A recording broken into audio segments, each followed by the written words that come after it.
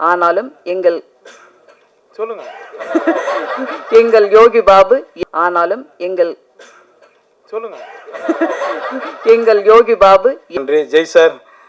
கேட்டேன் நான் அவர்கிட்ட, எப்படிங்க இப்படி எங்கே இருக்கீங்க அப்படின்னா, சிங்கிளாக இருக்கிறதுனால தான் நான் எங்கே இருக்கிறேன்னாரு. சிங்கிளாகவே இருந்துடாதீங்க, லாஸ்ட் உள்ள அங்கிள் ஆகிடுவோம். நம்ம ஏதாவது ஒன்று பண்ணுங்க. பார்த்தியா இந்த மைக்கிட்ட வந்து தங்கதுரை மாதிரி நானும் பேச ஆரம்பித்தேன். நான் வந்துங்க முதல் படங்க இப்படித்தானுங்க எடுத்துனுங்க. அப்புறம் படம் எடுக்கும்போது தானுங்க தெரிஞ்சுதுங்க, படம் பார்க்கறதுக்கு வேணா சுலபமாக இருக்குங்க, எடுக்கிறது வந்து பெண்டு கழண்டு போங்க. நானும் ஜெய்யும் ஒரு பெரிய வெற்றிக்காக காத்துக்கிட்டு இருக்கிறோம். 6 வருஷம் தானே ஆச்சு பார்ட்டி படம் எடுத்து. மதகஜராஜா 12 வருஷம் கழிச்சு கோல் போட்டுருச்சு. நாங்கள் ஃபிஜியில் அவர் வெங்கட் பிரபு டைரக்ஷனில் பார்ட்டின்னு ஒரு படம் நடித்தோம். ரொம்ப ஜாலியாக ரொம்ப என்ஜாய் பண்ணி நடித்தோம். அப்படி இருந்தது. அந்த படமும் கூடி சீக்கிரம் வெளியானோம். பட் கூட இருக்க ஆர்டிஸ்ட் அந்த காமெடி அடிச்சு அது சிரிச்சு அதுக்கு ஒரு வயிறு வலி வரும்ல, அதுதான் நினச்சதான் பயமாக இருக்குது இப்போ ஷூட்டிங்கில். ஐயோ யார் என்ன காமெடி அடிக்க போகிறாங்கன்னு தெரியலையே இன்னைக்கு அப்படின்ட்டு ஒரு ஆஃப்டர்நூன் மேலே ரொம்ப கஷ்டம் அவங்க கூட பேசுறது. மத்தாப்பு சிரிப்பழகா, மைசூர் பாக்கு சுவை அழகா, முடி அழகா, நல்ல மூக்கழகா, நடை அழகா, சிறந்த நடிப்பழகா, எங்களின் பேரழகா யோகி பாபு அவர்களை பேச அழைக்கிறோம். தமிழ் சினிமாவில் ஹீரோக்கள் மாறலாம், ஹீரோக்கள் அடுத்த லெவலுக்கு போகலாம், ஆனாலும் எங்கள் யோகி பாபு எப்போதும் அதே இடத்தில் எல்லோருக்காகவும் எல்லார் படங்களிலும் நடித்து கொடுப்பார். பேரழகன் யோகி பாபு அவர்களை பேச அழைத்து பெருமை.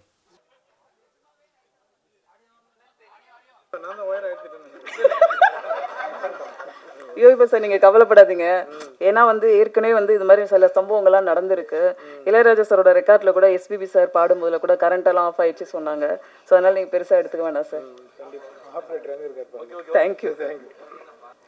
எல்லாருக்கும் வணக்கம். கரெக்டாக பண்ண அவருக்கும் வணக்கம். இந்த படத்தில் எனக்கு வாய்ப்பு கொடுத்த டைரக்டர் பிரதாப் சார் அவருக்கு நான் நன்றி தெரிவிக்கிறேன். அப்புறம் யுவராஜ் சார் உங்களுக்கு ரொம்ப நன்றி. Imman sir, Sathyaraj sir, Jai sir, எல்லாருக்குமே, கேமராமேன் தங்கதுரை எல்லாருக்குமே ரொம்ப நன்றி.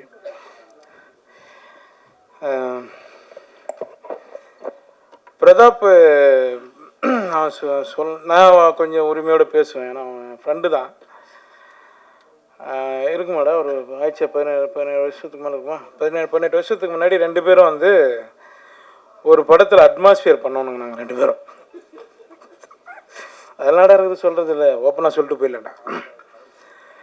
2 பேரும் காட்டுவாசி காஸ்டியூம் போட்டு 2 பேரும் நடித்தோம். 2 பேரும் ஒரே ரூம் தான். அப்படின்னா பாருங்கள் எப்படி இருக்கணும். அப்போயே பேசுவோம் நாங்கள் 2 பேரும், மச்சான் எப்படியாவது என்ன பண்ணி மேலே வந்துடணும்டா அப்படின்னு. ஃபஸ்ட் ஃப்ளோர் போட்டிருக்காங்க, மேலே ஒன்றா போயிடலாம்டா, ரூம் போட்டிருக்காங்க, போயிடலாம் அப்படின்னுவான். அப்பயும் அவனுக்கு நக்கல் ஜாஸ்தி, காமெடி எவ்வளோ பண்ணுவான். இன்றைக்கி அவன் டைரக்டர் ஆகிட்டார். நான் ஏதோ தெரிஞ்ச அளவுக்கு நீங்கள் சொல்கிற மாதிரி ஒரு காமெடி நடிகர் ஆகிட்டேன். உண்மையிலே லைஃப்பில் என்னென்னா ஏம் தாங்க நம்மளை ஜெயிக்க வைக்கும். எதை பற்றி நம்ம கவலைப்படாமல் நம்ம வேலையை மட்டும் நம்ம பண்ணால் கண்டிப்பாக நம்ம ஜெயிச்சிருவோம். அதுக்கு பிரதாப் ரொம்ப நன்றிடா. நீ ஃபஸ்ட்டு என்ன சூஸ் பண்ண பற்றியா, நீ சொல்கிற நான் தான் இந்த படத்தை நகர்த்த நான் கிடையாது. உன் கதை தான், உன் கதை, உன் ப்ரொடியூசர், நீ ரெடி பண்ணிவிட்டு வந்ததுக்கப்புறம் தான் இந்த படம் மூவ் ஆச்சு. ஆனால் நான் உனக்கு ரொம்ப நன்றி தெரிவிச்சுக்கிறேன். ரொம்ப நன்றி. எனக்கு அது சொல்லணும்னு தோணுச்சுங்க, அதனால் சொன்னேன். இந்த படம் பார்த்துட்டு நீங்கள் இப்போ ப்ரொடியூசர் சொன்ன மாதிரி அவரும் ஒரு பேபி தான். நாங்கள் எங்கள் ஷூட் எடுத்துருந்து அவர் பண்ணி எங்காவது மோனில் நின்றுப்பார், என்ன எடுக்கிறாங்கன்னு தெரியல, நல்லா எடுத்தால் சரி அப்படின்வார். சார் இது உங்கள் படம் சார், ஏன் சார் நீங்கள் இப்படி பேசுகிறீங்க அப்படின்னு. இல்லைங்க நான் நம்பி விட்டேங்க, நான் சினிமாவில் அடுத்தடுத்து நிறைய படங்கள் பண்ணணுங்கன்னாரு. சார் நீங்கள் அடுத்தடுத்து படம் பண்ணுவீங்க சார், ரொம்ப நன்றி சார். இமான் சார், சார் உங்களை எனக்கு ரொம்ப பிடிக்கும் சார், ரொம்ப நன்றி சார். உங்களுக்கும் சத்யராஜ் சார் சொல்லவே வேணாம், எல்லாருக்குமே பிடிக்கும். நிறைய கவுண்டமணி சார் பற்றி தான் நாங்கள் ஸ்பாட்டில் உட்காந்து சார் நானும் நிறைய பேசிகிட்டு இருப்போம். அவர்கிட்டையும் சொன்னேன் நான் ஒரு முறை கவுண்டமணி சார்கிட்டையும், சார் இதுமாரி சாரோட நடிக்கிறேன், நான் சின்னகிறாரப்பா அப்படின்னாரு அவர். ஆமாம் சார், நான் கூட பிரேக் எடுத்துரும்போது தான் பாருன்னு கிளம்பி போயிட்டேங்கிறாரு எக்ஸ்பிரஸ் மாதிரி அப்படின்னு. அதனால் எல்லாருக்கும் நான் நன்றி தெரிவிச்சுக்கிறேன். இந்த படம் வெற்றி அடைய நீங்கள் தான் பக்கத்துணையாக இருக்கணும். ரொம்ப நன்றி. ஜெய் சார், கேட்டேன் நான் அவர்கிட்ட, எப்படிங்க இப்படி எங்கே இருக்கீங்க அப்படின்னா, சிங்கிளாக இருக்கிறதுனால தான் நான் எங்கே இருக்கிறேன்னாரு. சிங்கிளாகவே இருந்துடாதீங்க, லாஸ்ட்டில் அங்கிள் ஆகிடுவோம். நம்ம ஏதாவது ஒன்று பண்ணுங்க. பார்த்தியா, இந்த மைக்கிட்ட வந்து தங்கதுரை மாதிரி நானும் பேச ஆரம்பித்தேன். ரொம்ப நன்றி, ரொம்ப நன்றி தங்கதுரை. நானும் ஒன்றுமே தான் பேசிகிட்டு இருந்தேன். என்னை எல்லா டேரக்டரும் சேர்ந்து சட்டில் ஆக்டராக மாற்றிட்டாங்க, மாடர்ன் ஆக்சுவல்லேருந்து எல்லாருமே. ரொம்ப நன்றிங்க, ரொம்ப சந்தோஷம் எல்லாருக்கும். இந்த படத்தை வெற்றியடை செய்யுங்க. அடுத்ததாக நாம் பேச அழைக்கிறோம். விக்கல் வரும் எங்களுக்கு, நக்கல் வரும் உங்களுக்கு. சும்மா கிடைத்த இடமல்ல, பேசி வளர்த்த பெயர் இது. பெரியாரை நேசிட வைத்த பெயர் இது. போகும் இடமெங்கும் புரட்சி நடைபோட்டு கலையும் தமிழுமாக புதியதோர் உலகம் செய்ய புறப்பட்ட சத்தியத்தின் ராஜா திரு சத்யராஜ் அவர்களை உங்கள் முன் பேச அழைக்கிறோம். இன்னைக்கு தான் எனக்கு ஒரு சஸ்பென்ஸ் உடஞ்சிரு. சிங்கம் என்ன சிங்கிளாத்தான் இருக்குதா? யோகி பாபி சொன்னதுக்கு அப்புறம் தான் தெரிஞ்சது. சரி, நல்ல விஷயம்தான். இப்போ இந்த படம் பெரிய வெற்றி அடைஞ்சுன்னா என்ன ஒரு ஆபத்து இருக்குது தெரியுங்களா? இந்த படம் பெரிய சக்ஸஸ் ஆச்சுன்னா எந்த படத்தினுடைய இசை வெளியீட்டு விழா நடந்தாலும் கரண்ட் ஆஃப் பண்ண சொல்லுவாங்க. சார் அது லைட்டு போனால் தான் சார் படம் சக்ஸஸ் ஆகும் அப்படிங்கிற மாதிரி அப்படி ஒரு சென்டிமெண்ட்டு வந்து சேர்ந்துடும். இந்த படத்தை பற்றி பேசினா எல்லாரத்தை பற்றி பேசணும்னா இந்த டேபிளை திருப்பி போட்டு இங்கே பார்த்து தான் பேசணும், அங்கே பார்த்து பேசணும். அவ்வளோ ஆர்டிஸ்ட் இருக்கிறாங்க. இது உண்மையிலேயே இந்த அளவு கேதர் பண்ணுறது பெரிய கஷ்டமான விஷயம். ஏன்னா இதில் இருக்கிற அவ்வளோ பேர் பயங்கர பிஸியான ஆர்டிஸ்ட். இன்றைக்கி நான் திரும்ப திரும்ப கேட்டேன், தம்பி யோகி பாபு கண்டிப்பாக வந்துருவாரான்னு கேட்டேன். என்ன அவ்வளோ பிஸியாக இருக்கிற ஆள் கரெக்டாக வந்துட்டார். மற்றவங்க எல்லாரும் எங்கெங்கேயோ மாட்டிக்கிட்டு இருக்காங்க. இந்த படத்தினுடைய ப்ரொடியூசர் யுவராஜ் வந்து நம்மளுக்கு ஒரு நல்ல விஷயத்தை சொல்லி கொடுத்தாரு. எனக்கு இல்லை, புதுசாக மேடைக்கு வரவங்க நிறையா பேர் சொல்லுவாங்க, நான் எனக்கு மேடையில் பேசி அவ்வளோவா பழக்கம் இல்லை அப்படியெல்லாம் சொல்லுவாங்கள்ல. அது உங்களுக்கு என்ன மொழியில் வருதோ அப்படி பேசிட்டு போக வேண்டியதான். அவர் அடித்தார் பாருங்க, நான் வந்துங்க முதல் படங்க இப்படித்தானுங்க எடுத்துனுங்க, அப்புறம் படம் எடுக்கும்போது தானுங்க தெரிஞ்சதுங்க, படம் பார்க்கறதுக்கு வேணா சுலபமாக இருக்குங்க, எடுக்கிறது வந்து பெண்டு கழண்டு போங்க. அவ்வளோதான். அதனால் வந்து எல்லாருக்கும் சொல்கிறேன், எனக்கு இந்த மேடை புதுசு, மைக்கில் பேசி புதுசு அப்படிலாம் நீங்கள் சொல்ல வேண்டிய அவசியமே இல்லை. யுவராஜ் மாதிரி நம்மளுக்கு என்ன வருமோ அடித்து கிளப்பிட்டு போயிட்டே இருக்க வேண்டியதான். அதையே தான் நம்ம டைரக்டர் பிரதாப் பண்ணார். பெரிய விஷயம். இவ்வளோ ஆர்டிஸ்ட்டை சேர்த்து வச்சு இப்படி ஒரு படம் எடுக்கிறது. எனக்கு என்ன ஒரு ஒரு ஒரு பேட்டர்ன் படம் வரையில் நம்மளுக்கு சில படங்கள் வெற்றி அடையில நம்மளுக்கு ஒரு சந்தோஷம் கிடைக்கும் இல்லையா? அது மாதிரி இப்போ இந்த மதகஜராஜாவும் குடும்பஸ்தனும் ஓடுறது வந்து ஒரு சரி, இப்போ ஜனங்களுக்கு ஒரே ரத்தம் கொலை அதே பார்த்து இந்த மாதிரி ஒரு குடும்ப படத்தை ஜாலியாக காமெடியாக பார்க்குறது ரொம்ப ரசிக்கிறாங்க அப்படிங்கிறது இந்த ரெண்டு படத்தின் மூலமாக நம்மளுக்கு நிரூபணம் ஆயிருக்குது. அது ரொம்ப மகிழ்ச்சியான விஷயம். அதனால் நானும் ஜெய்யும் ஒரு பெரிய வெற்றிக்காக காத்துக்கிட்டு இருக்கிறோம். 6 வருஷம் தானே ஆச்சு பார்ட்டி படம் எடுத்து. மதகஜராஜா 12 வருஷம் கழித்து கோல் போட்டுருச்சே. நாங்கள் ஃபிஜியில் அவர் வெங்கட் பிரபு டைரக்ஷனில் பார்ட்டின்னு ஒரு படம் நடித்தோம். ரொம்ப ஜாலியாக ரொம்ப என்ஜாய் பண்ணி நடித்தோம். அப்படி இருந்தது. அந்த படமும் கூடி சீக்கிரம் வெளியானோம். இன்னைக்கு ஜெய்கிட்ட பேசிட்டீங்கள்ட்ட கேட்டேன், ஜெய் ராஜா ராணி வந்து ஒரு 4-5 வருஷம் ஆகிருக்குமா அப்படின்னு. சார் 12 வருஷம் ஆச்சு சார் அப்படின்னு. ஐயோ 12 வருஷம் ஆகி போச்சா அப்படிங்கிறது அப்போ வரையில் தான் நம்மளுக்கு தெரியுது. அதே மாதிரி நம்ம நல்ல பட்டம் கொடுத்தீங்க, இசை வள்ளல். இல்லை, அது சில சமயத்தில் அந்த இமான் அப்படின்னு பேர் இருக்கையில் இசை வள்ளல் இமான் அப்படின்னா நம்மளுக்கு ரொம்ப பளிச்சுன்னு இருக்கும் இல்லையா? அது மாதிரி இந்த படத்தில் நிறையா அழகான ஹீரோயின்ஸ் நடிச்சுக்கிறாங்க. நானும் கூட இந்த படத்துக்கு ஷூட்டிங் போய் ஒரு கெத்தாக போனேன். என்னென்னா, அஜித் விஜயோட ஹீரோயின் தாப்பா நம்மளுக்கு ஜோடியாக நடிக்கிறாங்க. நம்ம இன்னும் யூத்து தான்.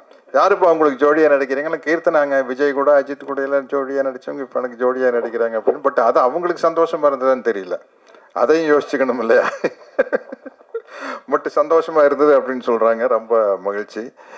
இந்த மாதிரி படங்கள் ஓடுறது வந்து ஒரு இப்போ சினிமாங்கிறது ஒரு என்டர்டெயின்மெண்ட்டு தானே. உள்ளே போனோம், ஜாலியாக சிரித்தோம் வந்தோம் அப்படிங்கிறது ரொம்ப முக்கியமான விஷயம்.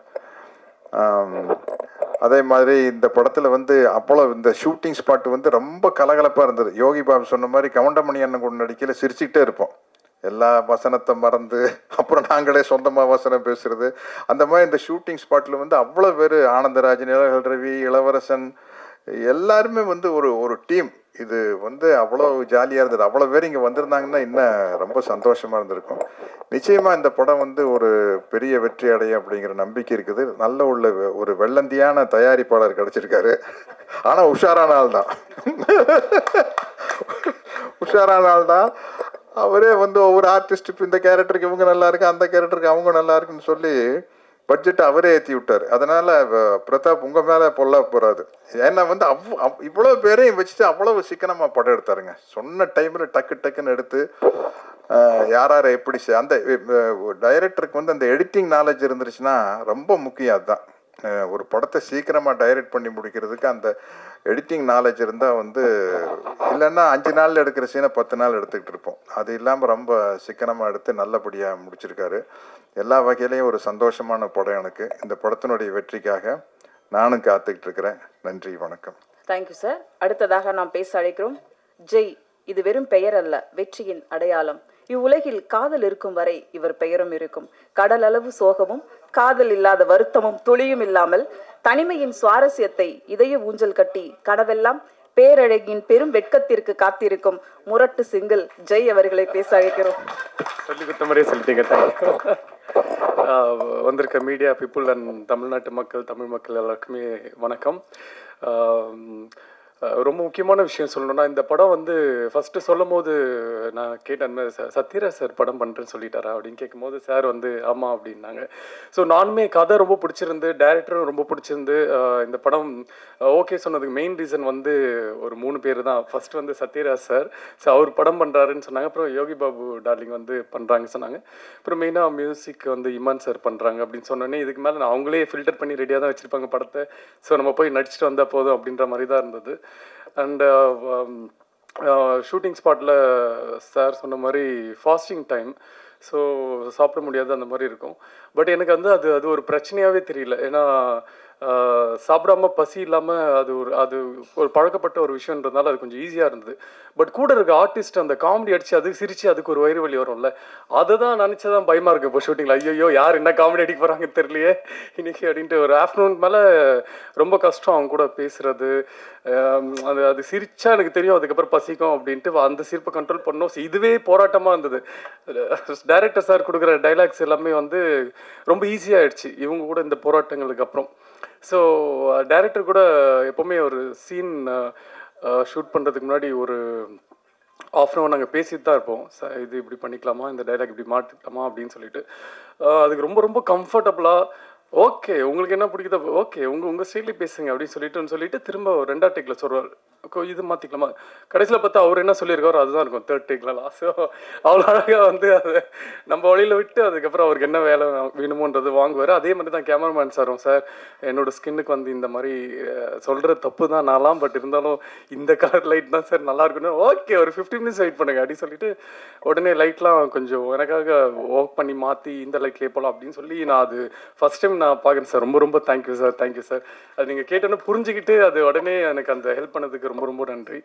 அண்ட் அது மாதிரி தான் படத்தில் எவ்ரிடே சும்மாவே சொல்ல ஒரு 40-45 டேஸ் இந்த படத்தில் நான் ஷூட்டிங் பண்ணேன்னா எவ்ரிடே நான் போகும்போது ஒரு ஆர்டிஸ்ட்டை பார்ப்பேன். ஒரு நாள் போனால் நிலரவி சார் இருக்கார், ஒரு நாள் போனால் என்ன படத்துக்கு வந்திருக்குன்னே தெரியாது, டெய்லி ஒரு ஆர்டிஸ்ட் இருப்பாங்க. ஸோ அவ்வளோ ஆர்டிஸ்ட் இந்த படத்தில் இருக்காங்க. எல்லாருமே சும்மா ஒரு க்ரௌடு ஒரு கும்பல் அப்படின்றதுக்காக எல்லாமே அவங்க பண்ணியிருக்க ரோல் எல்லாமே அந்த ஆர்டிஸ்ட் பண்ணால் தான் அது அவ்வளோ பர்ஃபெக்டாக இருக்கும் அப்படின்றதுக்காக தெரிஞ்சு தான் ப்ரொடியூசருமே அந்த ஆர்டிஸ்ட்டை சொல்லி டைரக்டருமே அந்த ஆர்டிஸ்ட் வச்சு பண்ணியிருக்காங்க. ஸோ இந்த படத்தை பற்றி நாங்கள் சொல்கிறத விட நீங்கள் பார்த்துட்டு நீங்கள் சொல்லுங்கள். பட் பர்சனலாக கேட்டால் எனக்கு படம் வந்து இந்த மாதிரி படம் இப்போ இருக்கணும். ஏன்னா எல்லாமே கொஞ்சம் பிளட் அந்த மாதிரிலாம் இருக்குது. ஸோ நடுவில் எப்படியும் ஒரு படம் ஃபேமிலியாக ஒரு ஜாலியாக ஒரு சிரிச்சுட்டு தேட்டரை விட்டு வரும்போது எதுவுமே பாரமே இல்லாமல் முடிஞ்சால் இருக்கிற பாரம் கொஞ்சம் இறக்கி வச்சுட்டு வர மாதிரி இருக்கிற படங்கள் பண்ணணும் ரொம்ப ஆசை. ஸோ அந்த மாதிரி தான் இந்த படம் அமைஞ்சுது. ஸோ இந்த படம் வந்து என்னன்னா யாருக்குமே இது ஒரு பெரிய ஹிட் ஆகலையோ பட் யாருக்குமே எந்த ஒரு தப்பான பழக்கத்தை இந்த படம் சொல்லி கொடுக்காது. ஸோ ரொம்ப ஒரு முக்கியமான ஒரு படமாக தான் இருக்கும் தமிழில். ஸோ அதனால் எல்லாருமே படம் பார்த்துட்டு எப்படி இருக்குன்னு சொல்லுங்கள். Thank you so much.